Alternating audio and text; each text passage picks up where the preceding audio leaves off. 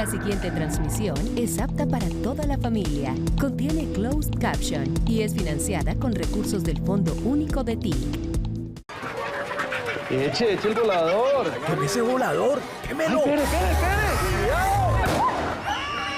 ¡Ay, llamen a una ambulancia! ¡Le cayó al niño! La pólvora puede dañarle la fiesta a todos. No arruines la celebración con las quemaduras, mutilaciones y el dolor que puede traer la pólvora. La vida es primero. La pólvora no es un juego. Gobierno de Colombia. Comisión de Regulación de Comunicaciones.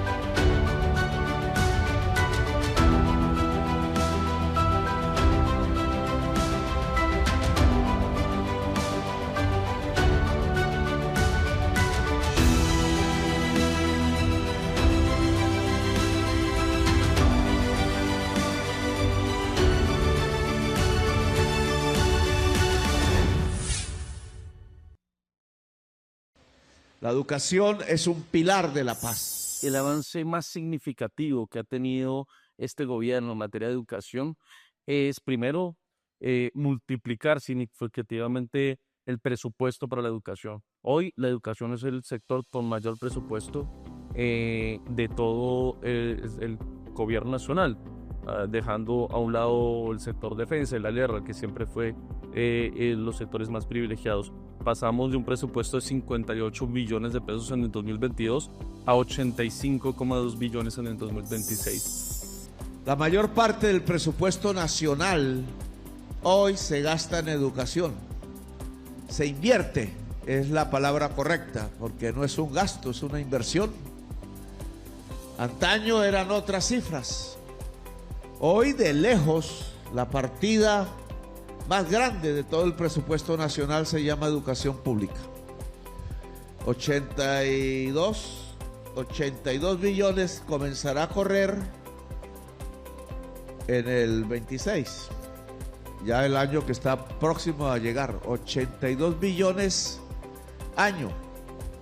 Yo recibí 50. 88, bueno, aquí me tienen que pasar bien los datos. 50 fue lo que recibimos del anterior gobierno. Pasar de 50 a 88, así haya existido algo de inflación, es sustancialmente mayor. Y esto nos ha permitido aumentar significativamente la base presupuestal de las instituciones de educación superior públicas. Hoy tenemos más de 2,5 millones de estudiantes en el sistema de educación superior. Es la cifra más alta registrada en la historia más reciente del país. Y hoy, por ejemplo, también en básica, que en preescolar, básica y media, que hemos hecho un salto impresionante.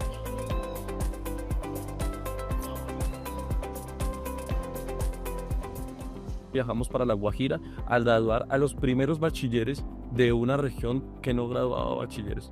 Los colegios en esta y en otras regiones rurales y olvidadas del país llegaban hasta séptimo, octavo, noveno, pero no tenían la trayectoria completa. Haber completado esas trayectorias para que hoy tengan sus propios bachilleres y transiten inmediatamente hacia la educación superior es uno de los grandes logros. Y yo diría que un tercer logro que para mí es muy significativo es tener las mayores tasas de tránsito inmediato hacia la educación superior. ¿Qué es una tasa de tránsito inmediata? Es aquellos jóvenes que se gradúan de bachilleres e inmediatamente el año siguiente ingresan a la educación superior.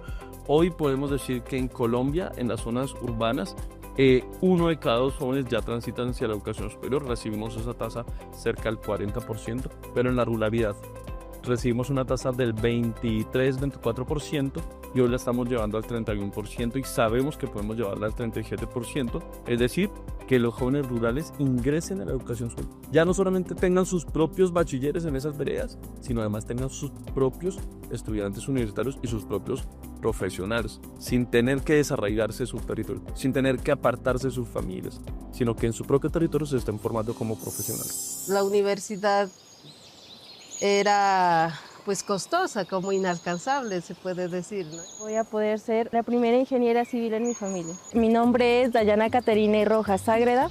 Pertenezco a la comunidad indígena Camchavilla del Valle de Sibundoy.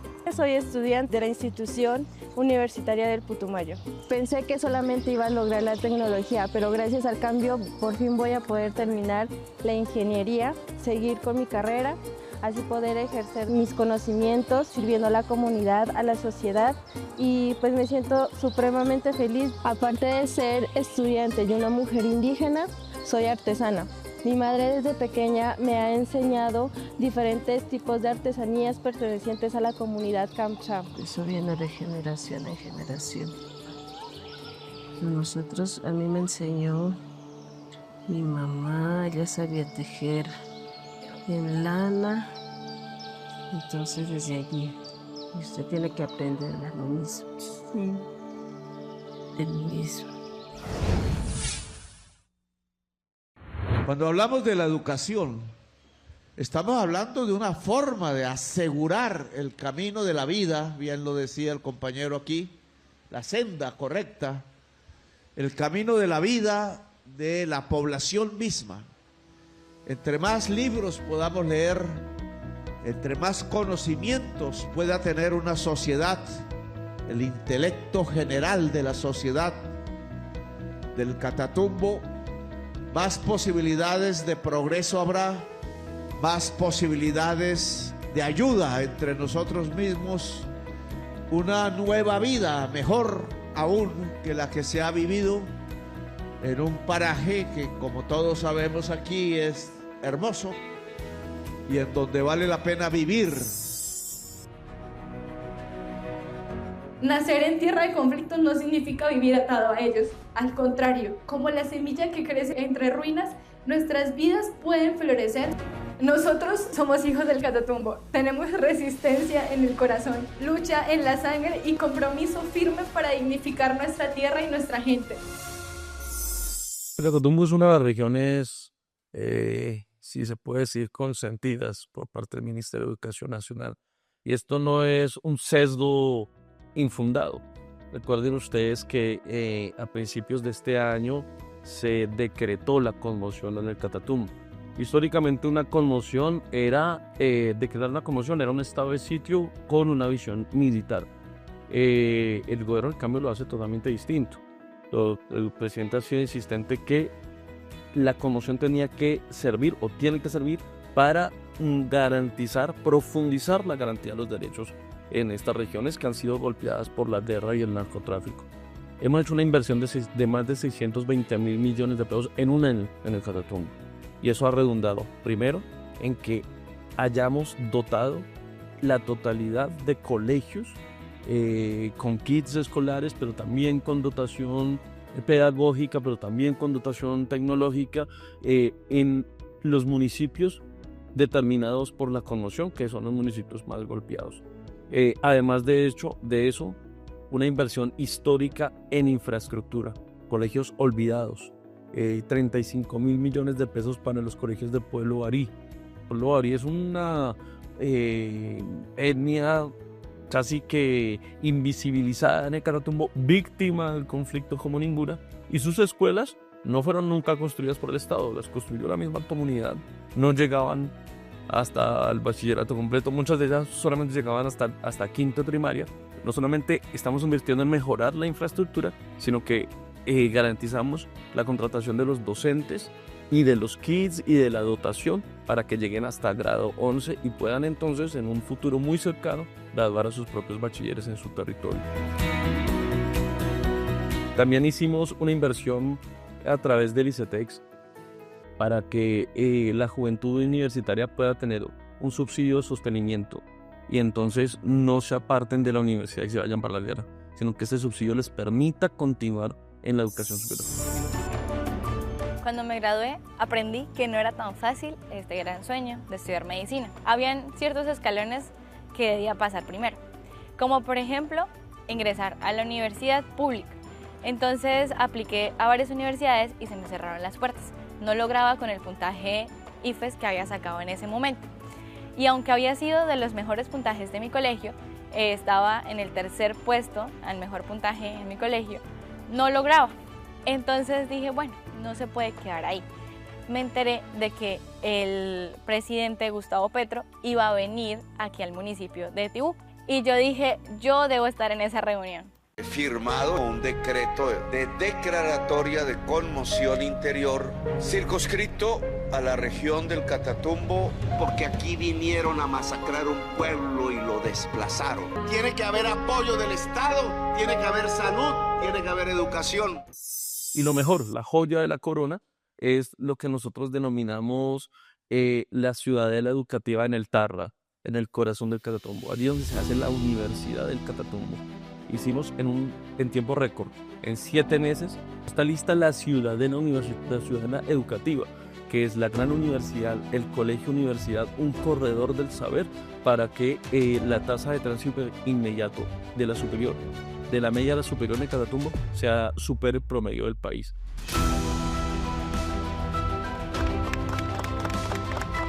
Que este es un colegio universidad. Es una propuesta de este gobierno que practicó en Bogotá cuando fuimos alcaldes, pero que viene de antaño. Así es la educación en Europa, así la trajeron los españoles en los primeros años.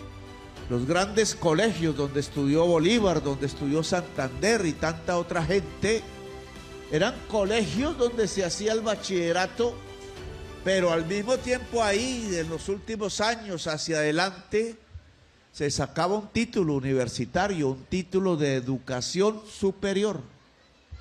Esos colegios son hermosos, están regados por la geografía nacional, pero yo quiero recoger esa historia que ha hecho de la educación europea una de las mejores educaciones del mundo y volverla a revivir en Colombia, porque ya existía.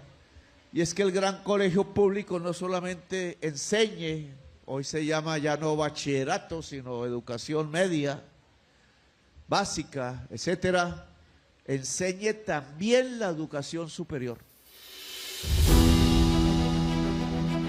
Y esto también con algo fundamental, y es lograr la universalidad del programa de alimentación escolar en el Catatumbo, en los municipios determinados por el decreto de conmoción. Universalidad es que ni un solo niño se queda sin su porción alimentaria en el Catatumbo.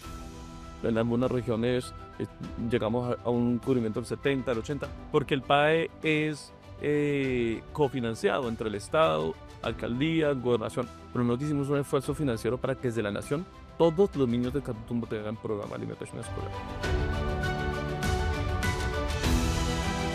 Nosotros iniciamos allá una ruta que se llamó la Ruta del Amor por el Catatumbo.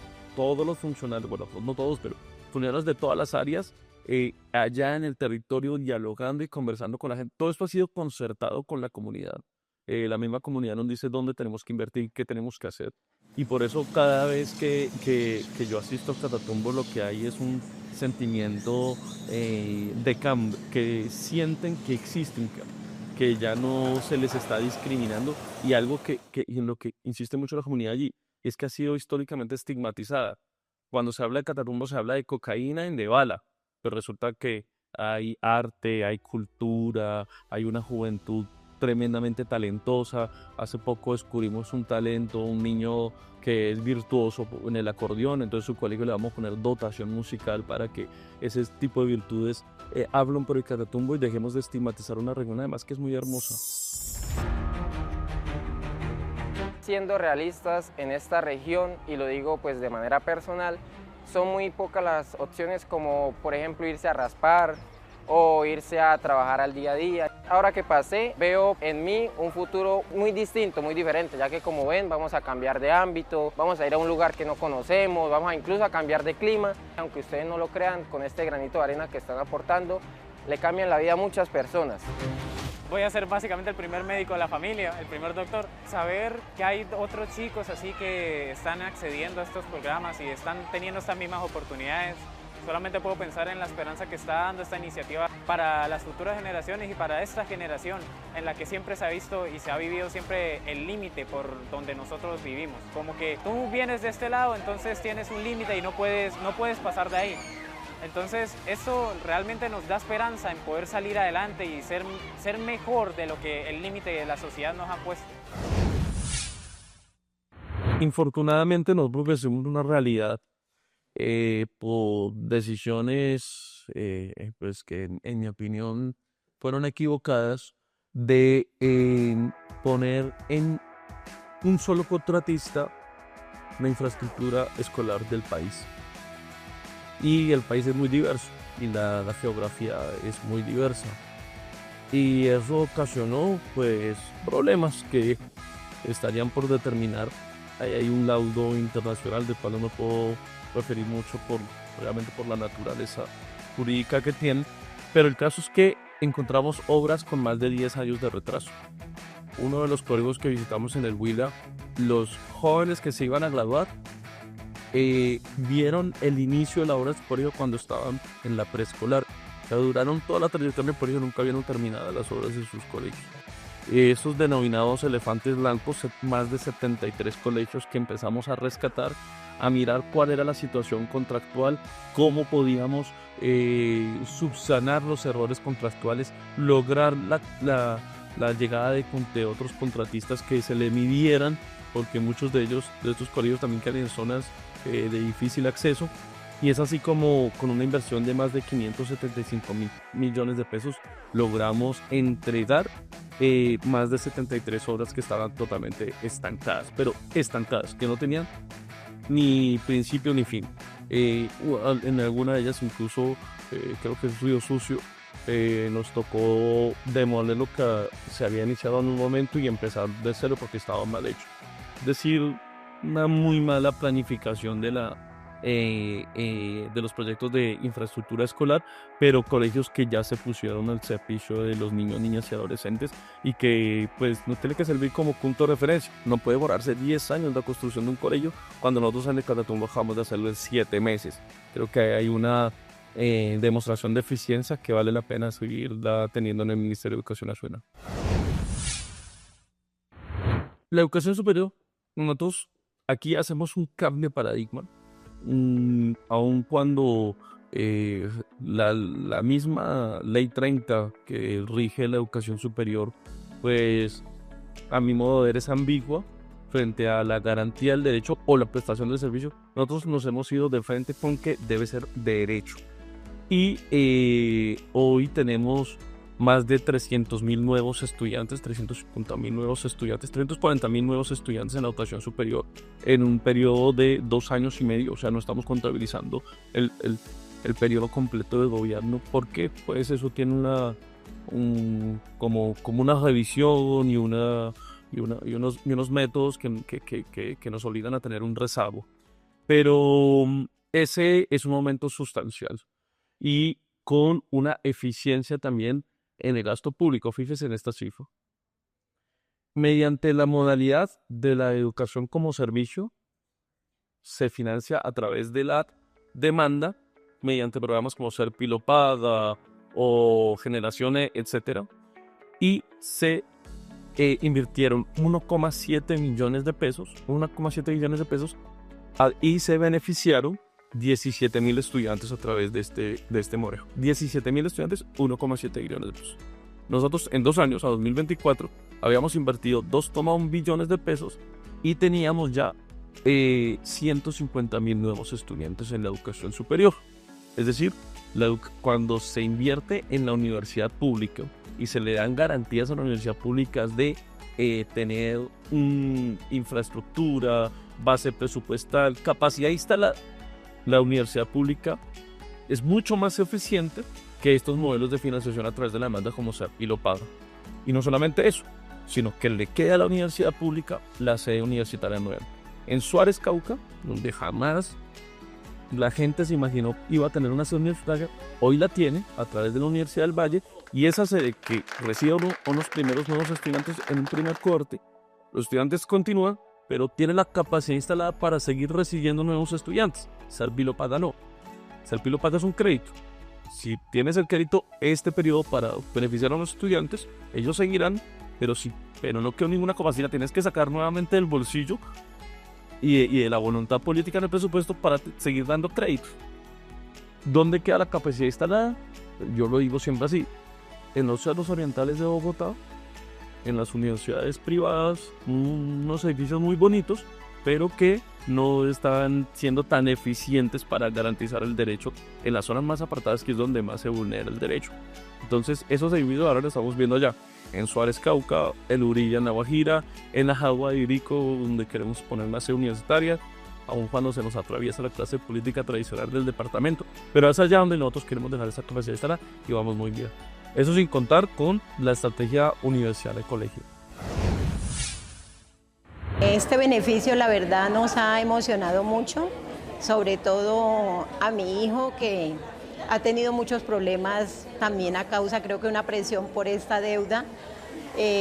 Ha tenido muchos problemas de salud mental, incluso en este momento está hospitalizado en la Clínica Montserrat desde el 11 de noviembre, entonces el domingo pude darle la noticia y está muy, muy feliz. Se siente como un premio, como un reconocimiento a mi esfuerzo, a lo que he venido haciendo estos años y pues a todo el proceso que llevo. Bueno, yo ya estoy cerca de terminar mi carrera, me preocupaba bastante el crédito, pues de no ser condenado, estaría, digamos que atada. El primer logro que nosotros queremos dejar como gobierno es que el ICETEX deje de ser esa institución repudiada por la juventud. Recuerden ustedes en el estallido social de más reciente, del 21, o en las marchas estudiantiles del 18, o durante las marchas estudiantiles de la Mania, siempre los estudiantes se dirigían contra el ICETEX con una rabia que podríamos decir legítima, porque era una institución que los acorralaba, que los asfixiaba, que los ponían contra la pared a ellos y a sus familias. Suicidios tuvimos nosotros que avisorar de jóvenes que, asfixiados por la deuda del ICETEX, pues la única opción que veían era acabar con su propia vida. Ese es el primer legado, que el ICETEX deje de ser esa institución repudiada y se convierta en una institución amiga. ¿Y cómo se convierte en una institución amiga? Pues garantizando el derecho a una universidad pública, como lo estamos haciendo, gratuita. Hoy estamos en el 97% de gratuidad de educación superior. El 97% de los estudiantes que hoy estudian en las instituciones de educación superior pública lo hacen gratuitamente, con calidad, porque las pruebas saber nos determinan que estamos aumentando la calidad en la educación superior pública. Entonces, cuando un estudiante tiene esa posibilidad, el ICETEX se convierte en una alternativa en la que libremente el estudiante dice: mire, yo la verdad no quise estudiar en una universidad pública, o bueno, la universidad pública hoy todavía no brinda todas las posibilidades de tener la oferta completa. La verdad es una nota porque, como te digo, yo estaba ahorrando mes a mes y ya tener ese dinero libre puedo empezar estoy también cursando otra carrera, estoy cursando psicología, entonces puedo enfocarme tal vez en conseguir una mejor universidad, con un semestre un poco más costoso, invirtiendo parte de los ahorros que tengo, y pues aparte también me empiezo a especializar, entonces siento que ese dinero podría ir bien invertido hacia ese lado. Pero entonces el ICETEX ya no es la obligación, ya no es obligadamente ni con las funciones crediticias de un banco usurero que les daña la vida a los estudiantes y a sus familias. Y ese es el primer legado. Entre nosotros hagamos crecer la oferta pública de manera sustancial y gratuita, el ICETEX entonces va a tener un rol que fue para el que nació, y es financiar estudios en el exterior, principalmente para posgrados en el exterior, que esa fue la función inicial del ICETEX. Y hacia allá queremos ir. Ahora, esto hay que decirlo con toda sinceridad, no se hace en 2 años, no se hace en 4 años. Esto es cambiar un modelo de 40 años, también toma un tiempo, y estamos avanzando a pasos agigantados en ese cambio de modelo. Lo primero que los colombianos deben saber es que el programa de alimentación escolar es un programa cofinanciado. ¿Qué quiere decir? Que la nación aporta una parte y el ente territorial, llámese departamento o llámese municipio, pone otra parte. Mi nombre es Helen Viviana Chindico Chávez, tengo 17 años y hago parte de la comunidad indígena Nasa. Yo tengo un bebé y todos los días me paro por ahí a las 4 de la mañana, como tenemos una finca, entonces hay trabajadores, entonces tengo que pararme con mi hermana, madrugar a hacerles el desayuno, también para mis hermanos, para nosotras. A veces uno viene sin desayunar y eso a las 10 lo ataca un hambre y pues como a veces uno no tiene como el recurso suficiente para comer algo, pues uno se espera hasta el almuerzo. Almorzamos para las 2:30 y ya después pues entramos a la 1:30 a clases otra vez y hasta las 3:30. Pues de las 3:30 ya para la casa. Pues mi sueño es llegar a ser una nutricionista y a mí me gustaría estudiar en la Universidad de Antioquia la carrera de nutrición.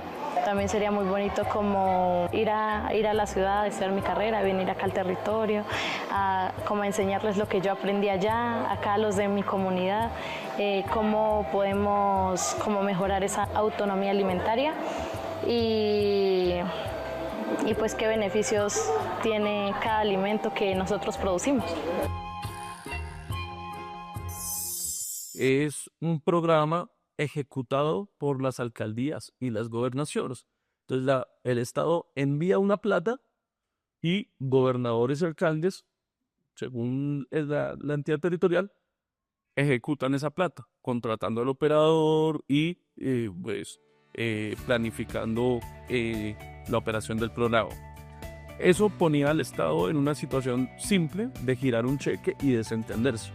Nosotros hemos querido cambiar esa relación, hemos querido inmiscuirnos mucho más en el programa. Entonces, si ponemos una plata, que además es la mayor parte de la financiación del programa, tenemos que verificar que se esté garantizando también con calidad el programa de alimentación escolar.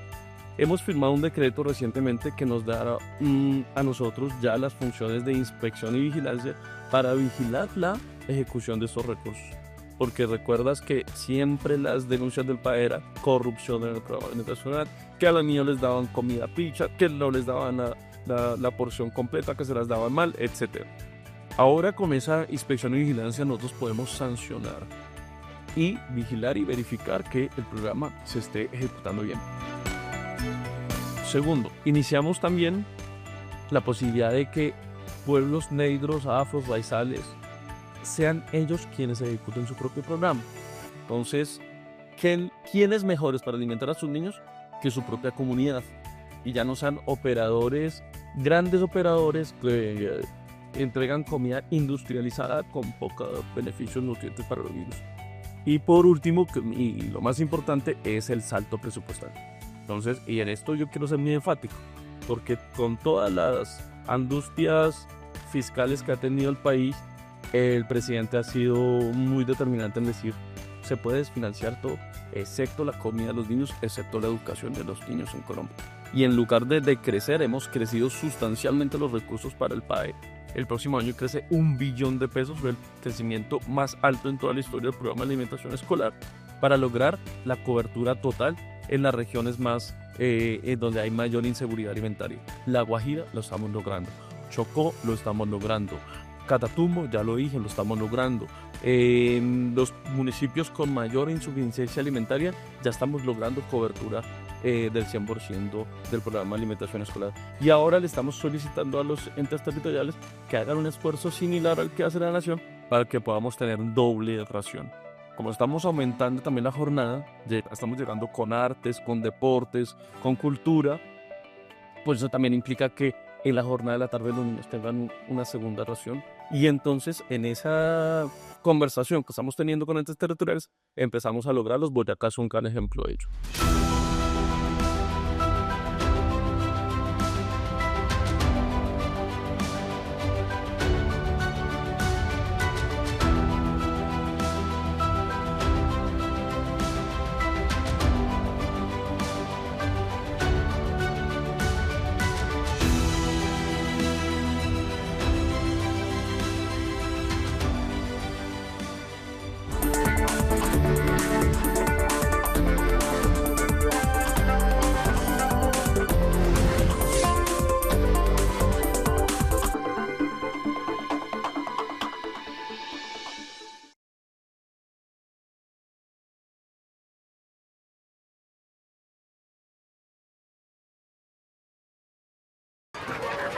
Eche el volador. ¿Qué ese volador? ¡Quémelo! Espere!